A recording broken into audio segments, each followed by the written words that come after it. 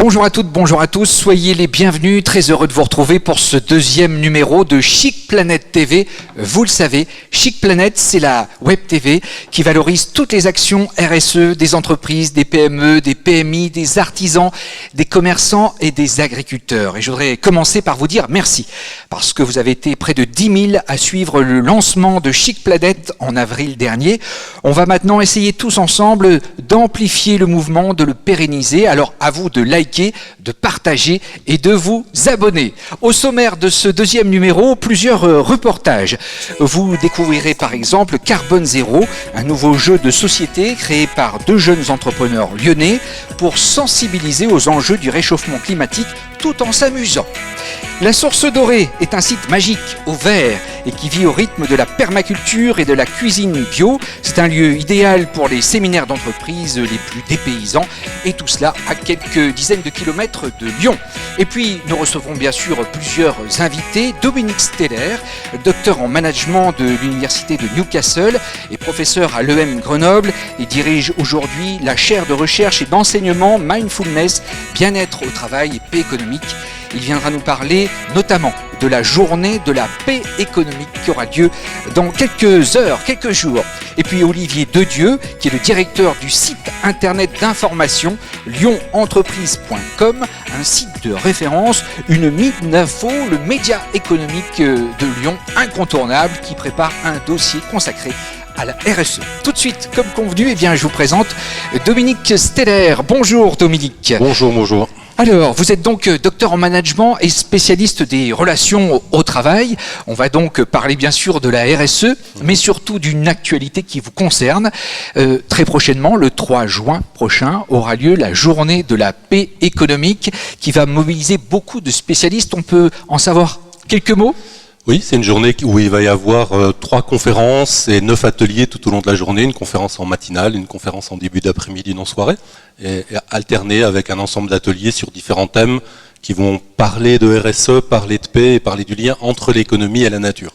On y reviendra bien sûr et c'est un événement entièrement digital et vous pouvez encore d'ailleurs vous inscrire. Alors le concept de la paix économique a de quoi surprendre un peu. Les chefs d'entreprise sont habitués à faire la guerre économique. On pense que faire la guerre c'est plus rentable que faire la paix. Qu'est-ce qu'on peut dire pour clarifier un petit peu le concept ? Le point de départ, il est lié à la guerre, à ce que vous venez d'évoquer en fait. En 2008, on est dans une crise financière, on est dans une médiatisation des suicides dans une grande entreprise française. Et avec un collègue, on va se poser rapidement cette question en disant on est vraiment dans un temps où guerre économique est palpable, parce que des langages peuvent être des langages agressifs, et ils sont des fois enseignés comme ça. Les comportements peuvent être agressifs, et ils sont enseignés, voire poussés, voire promus de la compétition, voire de l'hyper-compétition. Et on a des dommages collatéraux. Alors les suicides étant l'extrême du dommage collatéral individuel, mais on a des ruptures de liens sociaux, on a des crises sociales qui apparaissent, des déplacements de population quand des grands sites se ferment, de la souffrance au travail, etc. Donc tout ce qui constitue une guerre. Et à partir de ce regard-là, on s'est tout simplement dit, en phase de guerre, il faut qu'il y ait quelque chose, et quelque chose, c'est paix. Donc on a créé ce qu'on a appelé à un moment donné un contrepoint à la guerre, qui est devenu la paix. Plusieurs grandes entreprises se sont déjà lancées avec succès dans la paix économique. Vous en avez des résultats très concrets, très palpables aujourd'hui. Alors, il y a de nombreux résultats. Et peut-être que pour préciser ça, la question de la paix économique, ça serait de démarrer en disant ce n'est pas un concept d'économie, c'est plutôt un concept multidisciplinaire qui se dit, puisque l'économie a un tel impact sur toute notre vie et sur tous les pans de notre vie, sur le plan politique, sur le plan de l'éducation, sur le plan de l'écologie, sur le plan du développement de la personne, puisqu'elle a cet impact-là, qu'est-ce qu'on peut faire avec cette économie pour qu'elle ait des effets plus positifs que des effets dégradants ? En fait, le tout point de départ et la naissance de cette chaire, c'est la demande d'un dirigeant qui va me dire un jour, si on continue de faire des affaires telles qu'on fait des affaires, nous allons nous détruire les uns les autres. Et la question, à partir de cette question-là, qui était sa question à lui, était de dire, peut-on travailler ensemble, chercheurs et dirigeants, pour penser une économie qui serait beaucoup plus contributrice du bien commun, plutôt que de dégrader les choses. Et il y a déjà des résultats aujourd'hui. Et il y a des résultats, alors des résultats qui vont dans des pans très différents, puisque certaines entreprises ont décidé de s'intéresser à la santé de la personne, à l'obésité, au tabac, d'autres ont décidé de s'intéresser à la nature, d'autres ont décidé aussi de s'intéresser à la concurrence, à la finance verte et responsable. Quand je dis à la concurrence, c'est un exemple que j'aime bien prendre de 2 entreprises qui ont été partenaires, qui ont tenté de soutenir, l'une avec succès, l'autre avec moins de succès, un concurrent direct pour l'aider de s'en sortir dans une situation difficile. Et ça, c'est peut-être le bouchon le plus loin qu'on a poussé pour l'instant dans cette question de paix économique, qui est finalement de dire, si vraiment nous devons travailler ensemble, et l'idée de faire entreprise, c'est bien ça, c'est travailler ensemble et mettre de façon conjointe nos forces pour que la société fonctionne bien, alors on doit pouvoir travailler ensemble aussi avec les concurrents.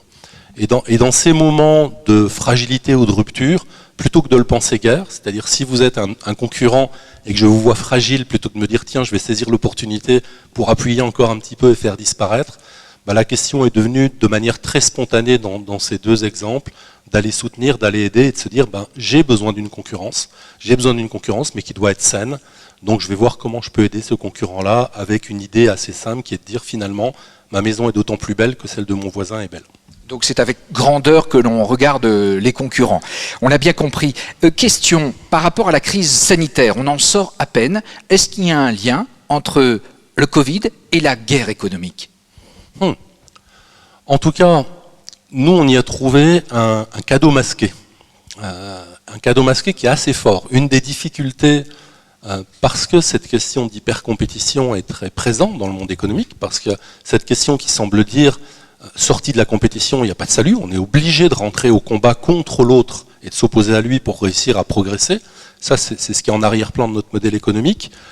Nous, avec la question de la paix, on disait c'est pas sûr ou c'est pas vrai. On a plutôt cette tendance à croire que c'est en rentrant en coopération qu'on va pouvoir progresser.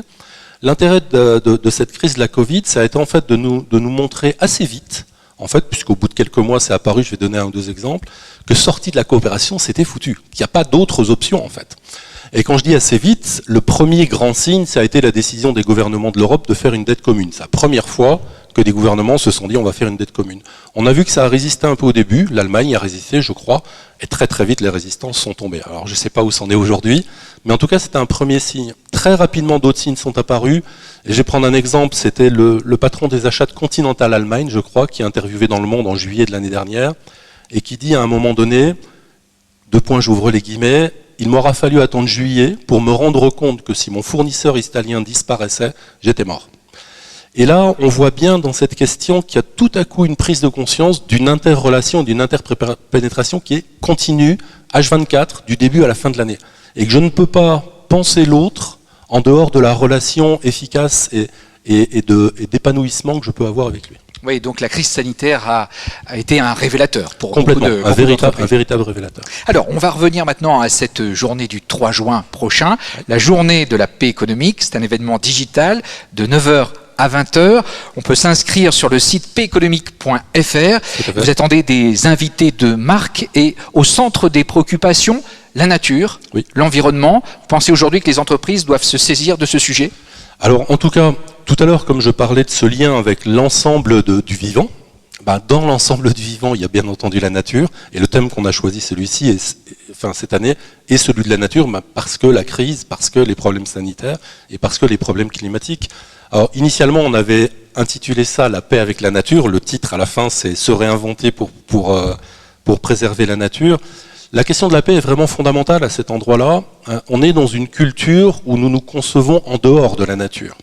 Et dans l'idée de la paix, il y a vraiment quelque chose de l'ordre d'une inclusion, et se rendre compte qu'on est nous aussi nature, et qu'il y a besoin de revenir à un lien en fait qui soit plus stable, un lien qui soit plus, je vais reprendre les mots d'un des orateurs de la conférence du soir, qui soit plus de l'ordre d'insensible, et de me rendre compte que tout ce qui va bouger dans la nature va me faire bouger moi aussi. Il y a le soutien d'un ministère, donc c'est un événement important qui est plus que symbolique. Tout à fait, on a cette chance d'avoir le matin en ouverture Éric Piolle, puisque l'événement se déroule quand même à partir de Grenoble. Donc Éric Piolle fera l'ouverture, ce qui est une très bonne chose vu le sujet, puisqu'Éric Piolle est aussi écologiste. Nous avons le président de la métro qui fera aussi une allocution, bien sûr le directeur de l'école accueillante qui est Loïc Roche, et en fin de présentation de cadeaux, là aussi, la secrétaire d'État auprès du ministère de l'économie sur l'économie sociale et solidaire et responsable, Olivia Grégoire, qui fera une allocution enregistrée, et à l'issue, Camille Etienne, qui viendra nous parler de son engagement et de l'engagement global que nous devrions avoir. Oui, Camille Etienne, qui est une célèbre figure auprès des jeunes notamment, qui est très investi, très engagé, que l'on salue, qui sera sans doute avec nous sur le plateau de Chic Planète TV, on l'espère prochainement. Alors on va poursuivre évidemment parce que le sujet du réchauffement climatique est largement débattu, il n'y a pas qu'à Grenoble évidemment, mais à Lyon également. C'est une source d'inspiration pour deux jeunes chefs d'entreprise notamment. Ils sont étudiants pour le moment à l'IAE de Lyon, mais ils ont créé un jeu de société. Son nom, Carbone Zéro. Guillaume Marchal et Paul Ségard ont déjà édité près de 500 exemplaires grâce à du crowdfunding et de façon ludique. Ce qu'ils veulent, c'est sensibiliser aux nouveaux enjeux d'aujourd'hui. Regardez. Carbone Zéro, c'est un jeu de sensibilisation au changement climatique, donc les joueurs incarnent en fait des pays pollueurs du monde actuel et doivent réduire leur empreinte carbone en investissant dans des innovations techniques, politiques ou encore sociales pour réduire cette empreinte carbone et gagner la partie. On a reçu les jeux il y a à peu près un mois, donc on a commencé les livraisons dans le même temps, donc on commence à avoir des premiers retours et puis même nous on est allé chez les gens pour jouer avec eux, leur expliquer les règles, etc. chez certaines personnes chez qui on a pu aller. Et les retours sont assez positifs dans l'ensemble. Les gens trouvent ça assez intéressant, c'est une nouvelle manière de jouer, ça apprend des nouvelles choses, c'est assez pédagogique comme jeu, donc les gens sont assez contents du résultat. Alors en fonction du nombre de joueurs, on peut débuter à 4 ou à 9. Plus il y a de joueurs, plus la partie est longue. Et les règles sont assez simples. On se déplace sur un plateau avec des dés. Ces dés vont nous permettre de tomber sur des cases. Avec ces cases, on peut investir dans des innovations techniques qui sont par exemple la construction d'un barrage hydroélectrique. Politique, ça peut être une marche pour le climat, ou encore social, un potager public par exemple. Ces innovations vont nous permettre de baisser notre empreinte carbone grâce à une piste de score afin d'atteindre zéro. Mais attention, il y a également des actualités ou des catastrophes naturelles qui sont là pour pimenter la partie. Alors maintenant, les perspectives, c'est d'arrêter de passer par le crowdfunding et d'avoir une vraie distribution professionnelle. Donc pour ça, on commence à rentrer en contact avec des distributeurs, que ce soit des distributeurs spécialisés dans les jeux et jouets ou des distributeurs plus généralistes. Donc là, on est en pleine phase de prise de contact avec les services achats de ces différentes entreprises pour que derrière, on puisse avoir les moyens de lancer une grande production à plus grande échelle. Donc une deuxième version du jeu à plus grande échelle, qui puisse après être distribuée en magasin et accessible à tous, autre que par la précommande sur le site internet ou le crowdfunding. Donc Carbone Zéro, c'est un jeu de société engagé et engageant sur les enjeux du monde actuel, où on essaye de faire passer un message d'écologie, de développement durable et d'intérêt pour toutes ces choses-là par le jeu, donc un vrai objectif pédagogique. C'est de 4 à 9 joueurs à partir de 10 ans et ça s'adresse à tous les publics. Et même si les gens n'ont pas forcément d'intérêt pour ça, pour le développement durable et l'écologie à la base, ça peut être un bon moyen d'y entrer. Une porte d'entrée originale pour découvrir tous les enjeux du réchauffement climatique, c'est donc Carbone Zéro, ce jeu de société que vous pouvez commander en ligne sur le site horizonjeu.fr. C'est donc la société qui a été créée pour éditer ce jeu. On leur souhaite bonne chance. Dominique Steller est toujours à nos côtés. Dominique, on sent que les jeunes sont très sensibles à cette cause, à cette problématique. Est-ce que c'est le cas de vos étudiants? Comment réagissent-ils? Dans quel état d'esprit sont-ils? C'est le cas, j'ai l'impression, de la plupart des étudiants chez nous, comme à l'université, comme dans d'autres grandes écoles.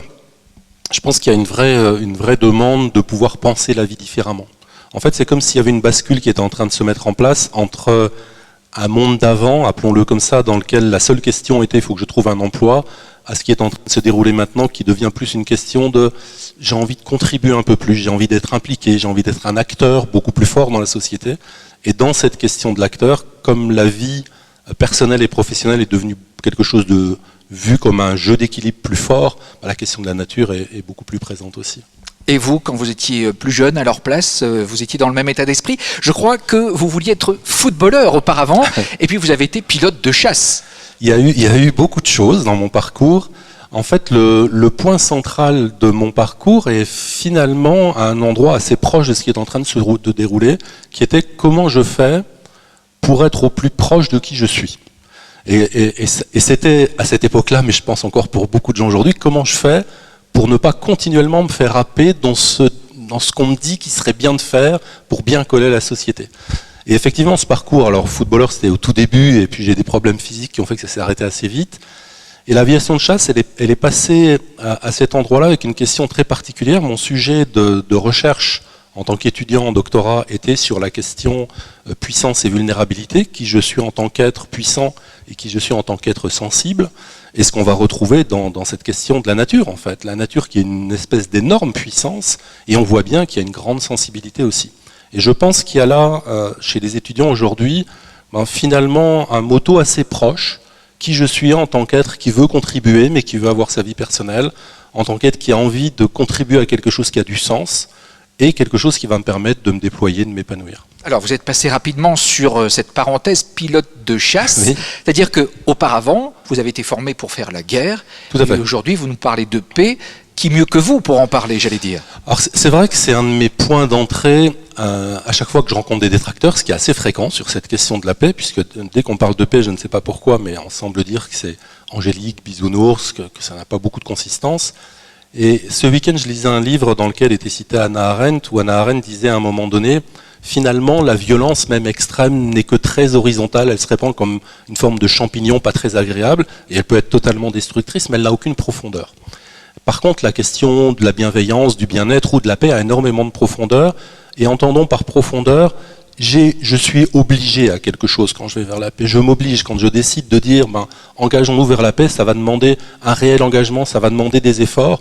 Si je veux vous humilier en public sur le plateau, ça va demander relativement peu d'efforts et ensuite peu d'engagement. Ça sera terminé, on ne s'entendra plus, mais il n'y aura pas grand-chose qui sera passé. Et dans cette question de la paix, il y a vraiment un engagement fort au point que je prends régulièrement plusieurs archétypes. Le premier étant de dire il faut des guerriers pour la paix, il faut des gens qui se tiennent debout, il faut des gens qui se battent pour ça, réellement, et je maintiens ou j'assume tranquillement la question de se battre pour ça.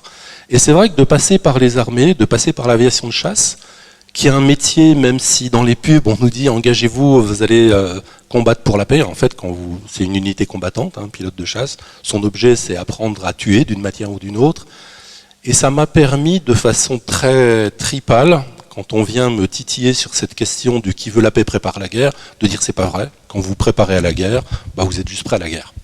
Et tout le travail que nous avons à construire ensemble aujourd'hui avec les jeunes, mais avec l'ensemble de la société, c'est vraiment qui veut la paix prépare la paix. On a un besoin fondamental d'éducation à la paix. Et ce besoin d'éducation à la paix, il démarre dès la plus petite enfance et il continue tout au long de l'âge adulte avec vraiment quelque chose qui est comment est-ce que je vais m'engager, comment est-ce que je vais devenir responsable, comment est-ce que je vais cesser de fuir mes propres fragilités pour pouvoir réellement devenir un contributeur de cette société-là. Vous restez avec nous. Je rappelle que Dominique Steller est notre invité pour ce deuxième numéro de Chic Planète TV à l'occasion de la journée de la paix économique qui se déroulera le 3 juin du côté de Grenoble. On va rester bien sûr dans le monde de l'entreprise et nous allons accueillir maintenant l'un des spécialistes lyonnais du sujet puisqu'il est le directeur du site internet lyonentreprise.com. On l'accueille tout de suite, Olivier Dedieu sur notre plateau. Bienvenue Olivier. Merci de venir nous rejoindre. Olivier Dedieu, prenez place. Le site internet lyonentreprise.com, c'est une mine d'informations, c'est un média devenu incontournable quand on veut en savoir davantage sur les entreprises et les chefs d'entreprise. Et vous préparez très prochainement un dossier spécial consacré à la RSE, un sujet majeur. Un sujet tout à fait actuel.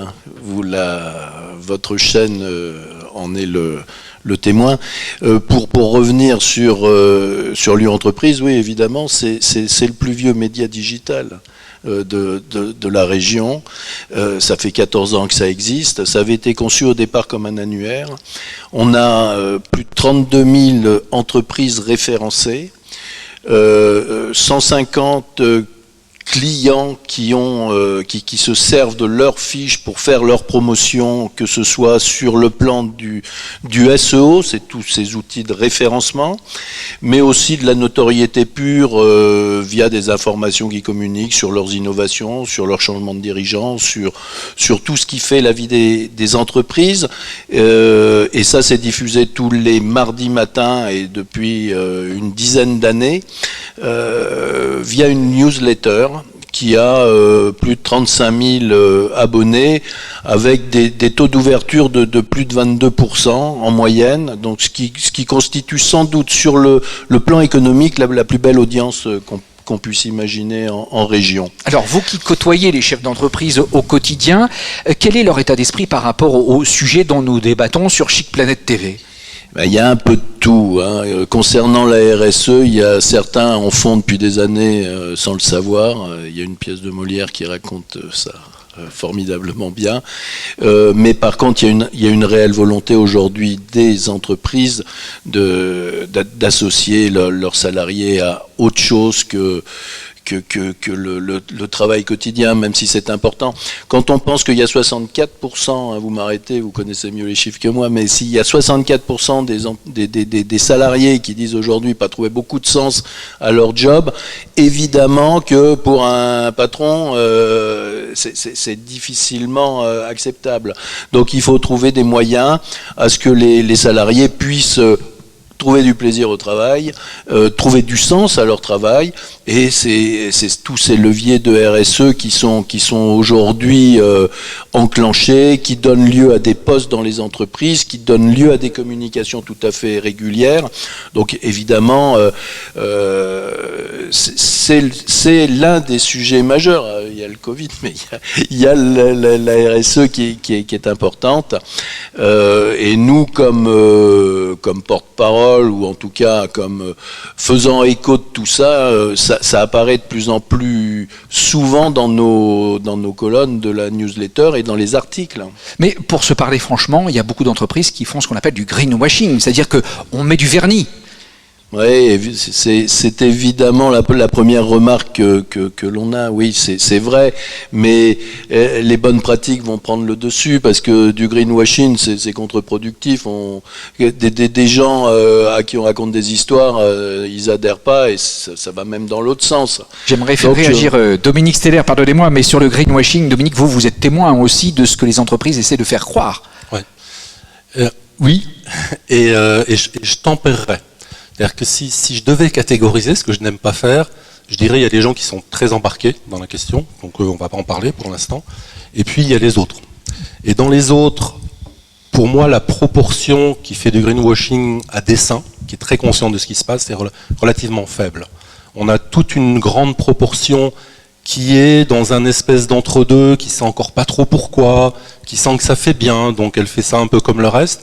Et pour moi, c'est un premier pas. Je me dis que ça peut tout à fait être quelque chose qui, tout doucement, en fait, quand j'ai mis la main dedans, je vais connaître un peu mieux, je vais pouvoir me développer. Donc il y a une partie de ce greenwashing qui me gêne pas trop. Ce qui me gêne, c'est quand il y a vraiment en arrière-plan une intention qui est pas honnête. Donc pas d'inquiétude majeure par rapport au greenwashing, mais en tout cas, vous qui les côtoyez, vous qui discutez avec les chefs d'entreprise, il y a une motivation sincère pour beaucoup d'entre eux, et vous allez vous en faire l'écho dans un numéro spécial consacré à la RSE avec des témoignages.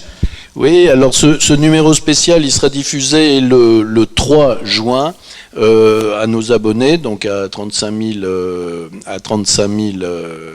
lecteurs. Il sera aussi relayé sur les réseaux sociaux. On accueillera du coup votre émission, donc on mettra notre audience à votre disposition pour traiter ces sujets-là. Alors nous, on est généraliste, on n'est pas que RSE. Donc ce dossier RSE, ça nous permettra d'interviewer Daniel Cariotis, qui est le directeur de la Banque Populaire Aura, et qui est en pointe à ce niveau-là. Ils ont d'ailleurs créé une fondation dans ce cadre-là. On aura aussi la nouvelle directrice RSE d'April qui nous dira ce qu'elle met en place comme levier dans son entreprise. C'est l'ancienne directrice du SAMU social de Paris, donc elle a véritablement une sensibilité là-dessus sociale, oui, sociale tout à fait intéressante. Et il y aura Alexandre Chabel pour le lancement de sa chaîne et de ses émissions. Donc on est super content d'être avec vous là pour l'occasion. Eh bien nous aussi, on est ravis. On parlera de notre partenariat. Vous restez avec nous et je pense qu'on a donné les grandes lignes de ce numéro spécial. Vous aviez peut-être d'autres choses à ajouter en complément? Oui, après plus classiquement, l'ADEME CPME fait quelque chose. Le MEDEF aussi va lancer une opération là, qui commence à communiquer dessus. Et des entreprises un peu référentes. On a Alice Parcoto qui depuis longtemps a une démarche intéressante. Donc c'est des cas précis, des cas concrets, des entreprises petites ou grosses qui font des choses. Et on a Guillaume Maury au Grand Parc de Méribel, Jonage, ils sont en train de mettre en place quelque chose de tout à fait intéressant pour se servir de leur milieu naturel pour aller vers la RSE et proposer aux entreprises de l'incentive un peu sympa. Et aussi Patricia Gromicole de chez Andy Scher qui est un personnage intéressant. On constate que dans tous les secteurs d'activité, les entreprises se mettent en mouvement, et ce qui est vraiment passionnant. Et ça confirme, Dominique, ce que vous disiez tout à l'heure. Il y a très peu de greenwashing finalement, et on a conscience de l'enjeu. Donc on va poursuivre notre conversation, vous restez à mes côtés, on va faire une petite pause au vert. Je sais que vous êtes un grand défenseur de la pleine conscience parce que vous l'enseignez et du bien-être au travail. On va maintenant aller se balader à 25-30 km à l'ouest de Lyon. La Source Dorée est un écocentre particulier. On y pratique la permaculture et la gastronomie bio, et c'est aussi évidemment un site idéal pour les séminaires d'entreprise en petit comité pour prendre du recul sur sa stratégie. Nathalie Gaillet-Boisdin, sa créatrice, nous a ouvert les portes de ce petit coin de paradis. Regardez, c'est magnifique. Le schéma Chic Planète. La Source Dorée, c'est à Saint-Pierre-la-Palud, à une trentaine de kilomètres de Lyon, donc dans les monts et collines, au cœur d'un paysage très vallonné. Et nous avons développé donc un centre, un écocentre, avec de multiples activités qui visent à montrer qu'on peut faire les choses autrement. Par exemple, nous avons développé donc un hébergement pour accueillir des personnes qui pourront découvrir ce qui se passe ici et vivre une expérience au cœur de l'écocentre. Nous avons un centre bio et local, bien sûr. Nous avons une ferme en permaculture qui livre tous les jours, quand le restaurant fonctionne, donc ses légumes tout frais. Nous avons un centre de bien-être. Nous avons aussi une école en permaculture, où ici c'est un centre-école en fait, où on montre comment on peut travailler autrement et produire autrement aussi bien des légumes que des fruits ou des aromatiques et médicinales. Nous avons aussi une agence conseil pour les particuliers, les entreprises dans leur transition, pour les accompagner dans leur transition écologique et sociale. Et nous avons un écocircuit où nous accueillons tous les publics qui veulent découvrir, soit accompagnés dans des visites, soit en autonomie, sur un parcours que nous avons mis en place afin que les uns et les autres puissent découvrir cette façon un petit peu de cultiver autrement. Ce qui guide vraiment notre mode de fonctionnement, c'est la permaculture.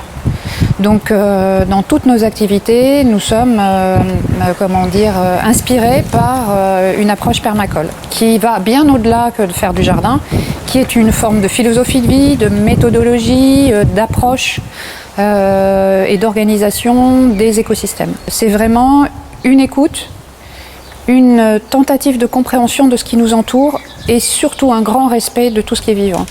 Notre ferme fournit avant tout, et notre premier client, notre client le plus fidèle, c'est le restaurant. Nous avons aussi des clients qui viennent pour des paniers, donc nous avons des personnes qui s'abonnent pour des paniers pendant la saison.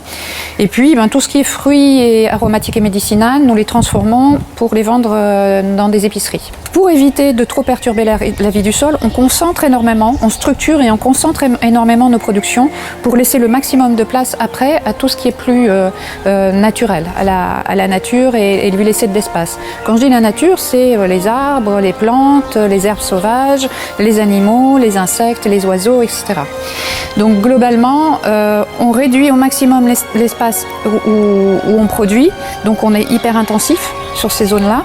Et on laisse beaucoup d'espace autour à une nature qui va pouvoir développer la diversité qui nous est nécessaire pour éviter de trop intervenir sur nos productions.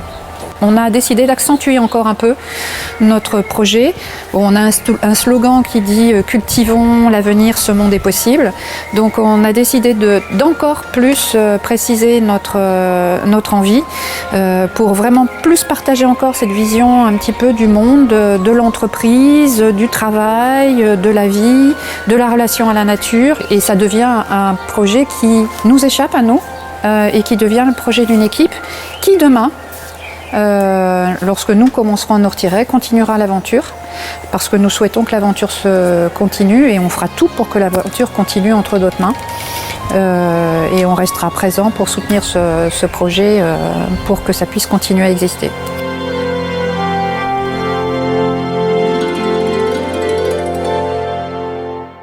Voilà donc un site magnifique, la Source Dorée, je vous la recommande, à l'ouest de Lyon, à Saint-Pierre-la-Palud pour être très précis.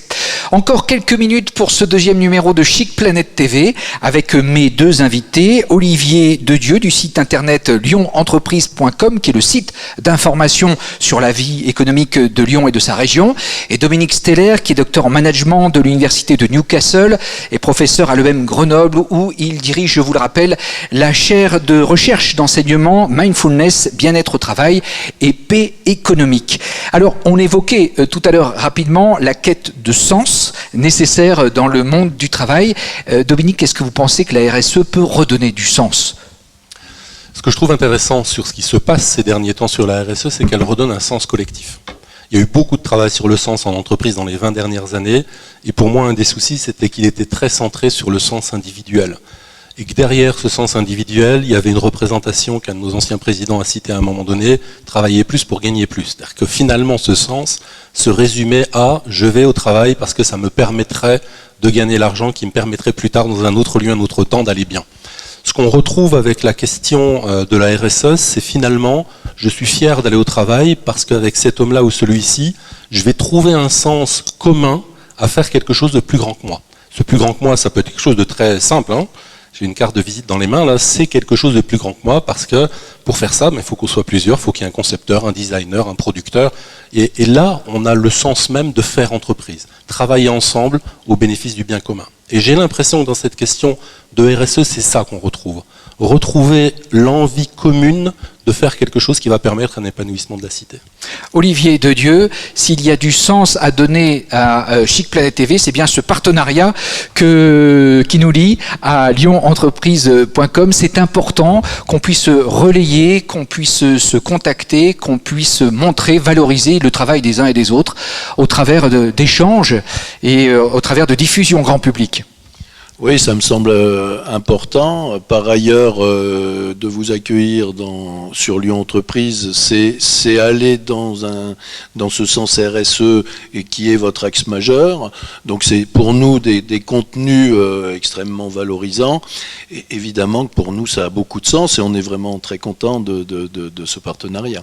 Voilà, donc vous pourrez retrouver régulièrement sur lyonentreprise.com des reportages, évidemment aussi des informations particulières, des chiffres qui concernent la RSE et toute cette politique qui touche aux 3 piliers du développement durable et qui nous intéresse tant aujourd'hui.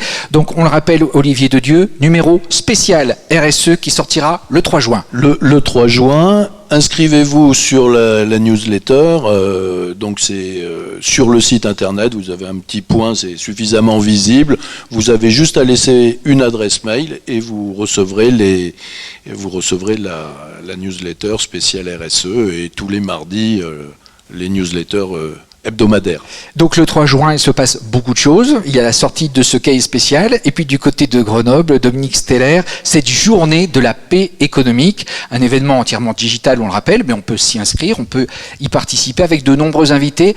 Et cette journée alterne avec les trophées de la paix économique que vous organisez également, qui récompensent les actions des entreprises.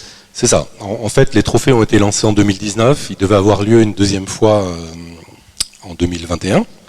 Malheureusement, ils auront lieu en 2022 à cause de la crise, puisqu'en 2020, nous n'avons pas pu les développer. Alors, plus que récompenser, en fait, on a vraiment créé ça en appelant trophée et pas prix. Il y avait une vraie idée pédagogique là derrière, y compris une idée qui serait très proche de la nature, qui était de dire, on a envie de pousser les entreprises qui s'engagent et pas de pousser des entreprises qui viendraient nous dire comment on a bien fait. Ce qui, entre autres, permettait de limiter un peu le greenwashing. C'est-à-dire toute entreprise qui viendrait à nous en disant, regardez comme c'était beau, comme on n'a quasi aucun moyen dans un prix de ce type-là d'aller vérifier tout ce qui est derrière, pouvoir dire, vous pouvez candidater, mais plutôt que de candidater sur quelque chose de fini, vous allez nous présenter quel est le sujet que vous voulez développer, comment vous allez le développer. Là-dessus, vous aurez ou non un trophée. Si vous avez le trophée, nous nous engageons à vous accompagner et l'entreprise qui reçoit le trophée s'engage à être pour nous des témoins sur 2 ans, qu'on puisse voir comment le projet va évoluer Et c'est là où on a cette dimension pédagogique qui est d'ailleurs finalement la RSE, c'est un travail au long cours qui fait chemin plus qu'une finalité à atteindre. Donc c'est un point de vue totalement différent. Messieurs, merci beaucoup d'avoir été mes Avec invités plaisir. sur ce numéro 2 de Chic Planète TV. Avant de vous quitter, voici cette revue que j'avais envie de vous présenter. C'est la revue de Dominique Steller, Envie de changer. On retrouve toutes les grandes lignes, les grands axes qui font de la paix économique quelque chose d'assez formidable, embarquant, qui donne du sens au travail et à la vie de chacun. Un mot peut-être pour terminer, qu'est-ce qu'on devrait retenir pour résumer? Un mot chacun. Olivier Dedieu, je vous prends un petit peu au dépourvu, mais qu'est-ce qu'on doit retenir? Oui, un petit peu au dépourvu. Qu'est-ce qu'on doit retenir? Eh ben, déjà un nouveau confrère sur la place, ça fait toujours plaisir. Merci. Et puis pour la RSE, je pense que le sillon va s'approfondir. C'est juste quelque chose de naturel maintenant. Enfin, là, on commence à brasser, mais ça va s'élargir, il me semble. On y croit en tout cas. De votre côté, Dominique? Juste une petite parenthèse, la chaire s'appelle Paix économique maintenant, le nom a bougé, c'est vraiment la paix économique qui a été mise en avant. Et le mot que je vais retenir, ça serait vraiment celui de engagez-vous, pas au sens militaire du terme, mais peut-être un peu en opposition, enfin pas en opposition, en continuité du livre qui était Indignez-vous. Indigner, c'est bien, mais qui va passer de l'indignation à la mise en acte? Nous, ce qu'on voudrait, c'est que les gens passent à l'acte et mettent en place réellement des actions de RSE. Eh bien, merci, ce sera donc le mot de la fin. Merci à tous les deux d'avoir été nos invités. Merci. Olivier Dedieu. De votre côté, n'hésitez pas à partager, à vous abonner, à liker. Nous avons besoin de vous. Nous avons besoin de pérenniser cette initiative liée à la RSE qui nous tient à cœur partout, bien sûr, en Auvergne-Rhône-Alpes, mais aussi en France, à l'étranger, dans le monde entier. N'hésitez pas à parler de Chic Planète TV, la web TV de la RSE qui valorise toutes vos actions. Merci à tous, à très bientôt. Merci. Chic Planète.